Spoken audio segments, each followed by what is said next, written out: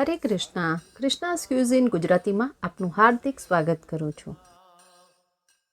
જ્યારે પણ આપણે ચોખાની વાત કરીએ તો ચોખાથી અનેક પ્રકારની વાનગીઓ બનતી હોય છે. તેમાં પણ પુલાવ અથવા બિરયાની ખૂબ જ ફેમસ છે. તો આજે આપણે સાઉથ ઇન્ડિયાના આંધ્રપ્રદેશથી એક ડિશ લઈને આવ્યા છે. તેનું નામ છે આંધ્રા સ્ટાઇલ પુલાવ. આ પુલાવમાં એક અલગ જ પ્રકારનો મસાલો બનાવવામાં આવે છે અને એ મસાલાની પેસ્ટથી આ પુલાવ બનાવાય છે અને ખૂબ જ ફ્લેવરફુલ છે. તો ચાલો બનાવવાનું શરૂ કરીએ. તો સૌપ્રથમ આપણે લઈશું અડધો કિલો બાસમતી ચોખા અથવા તો 2.5 કપ જેટલા ચોખા લીધા છે. તેમાં પાણી ઉમેરી અને સરસ રીતે ધોઈ લઈએ.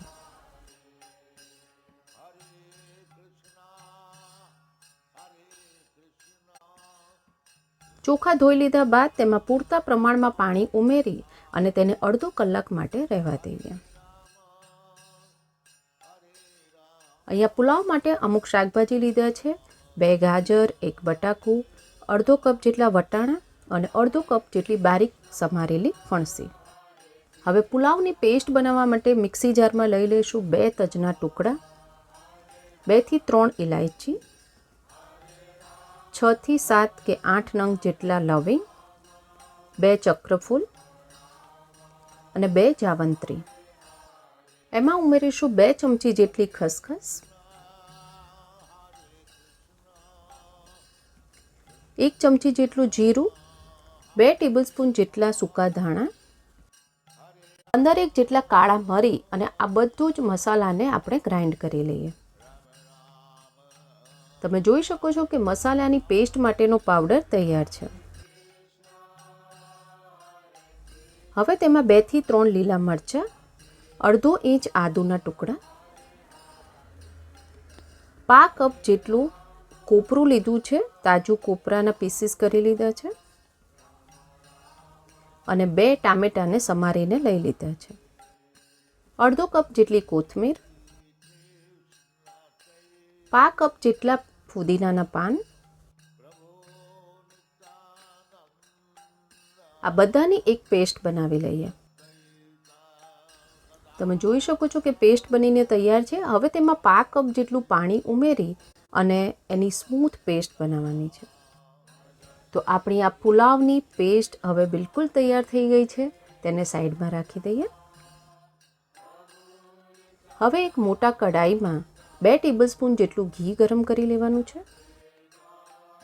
ઘી ગરમ થઈ ગયું છે. 1 ટેબલસ્પૂન જેટલું જીરું ઉમેરીએ. જીરું તતડી જાય એટલે 3 જેટલા તમાલપત્ર અને 10 થી 12 નંગ કાજુ લઈ લીધા છે. હવે તેને સાંતળી લઈએ. કાજુ ગુલાબી કલરના થાય ત્યાં સુધી સાંતળી લેવાના છે. કાજુ સરસ રીતે સાંતળાઈ ગયા છે. હવે તેમાં શાકભાજી ઉમેરી દઈએ. 1 સમારેલું બટાકું, 2 સમારેલા ગાજર, અડધો કપ વટાણા, અડધો કપ જેટલી ઝીણી સમારેલી ફણસી. બધું સરસ રીતે મિક્સ કરી લેવાનું છે અને 3 થી 4 મિનિટ માટે તેને ધીમા તાપે ચડવા દઈએ.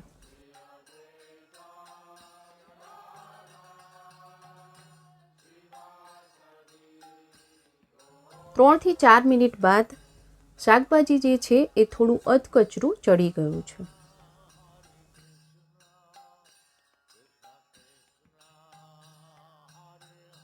હવે આપણે જે પેસ્ટ બનાવીને રાખી હતી તે બધી તેમાં ઉમેરી દેવાની છે. સ્વાદ મુજબ મીઠું ઉમેરી દઈએ અને બધું જ મિક્સ કરી લેવાનું છે.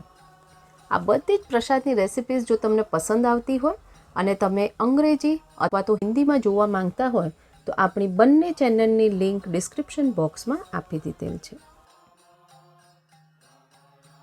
હવે તેમાં 5 કપ જેટલું પાણી ઉમેરી દઈએ. મિક્સ કરી લઈએ. તો આપણે 2.5 કપ જેટલા ચોખા લીધા હતા તેની સામે 5 કપ જેટલું પાણી લેવાનું છે. હવે આમાં એક ઉભરો આવે ત્યાં સુધી આપણે તેને ચડવા દેવાનું છે.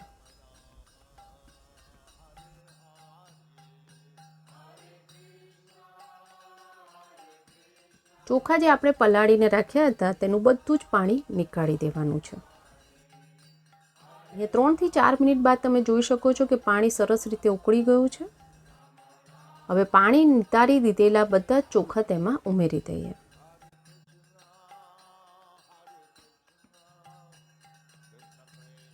બધું હળવા હાથે મિક્સ કરી લઈએ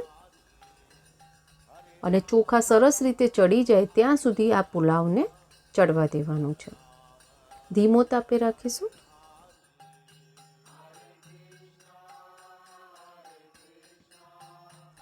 અહીંયા વચમાં 3 થી 4 મિનિટ થઈ ગઈ છે. એક વખત તેને હળવા હાથે આપણે મિક્સ કરી લેવાનું છે. આવી રીતે કરવાથી અમુક વખત શાકભાજી જે છે ઉપર જ રહી જાય છે, અંદર મિક્સ નથી થતા. તેના માટે મિક્સ કરવું જરૂરી છે. હવે ઉપરથી થોડી કોથમીર અને થોડા ફુદીનાના પાન જે છે એ તેના ઉપર ભભરાવી દેવાના છે અને પછી ઢાંકણ ઢાંકીને ચડવા દઈએ.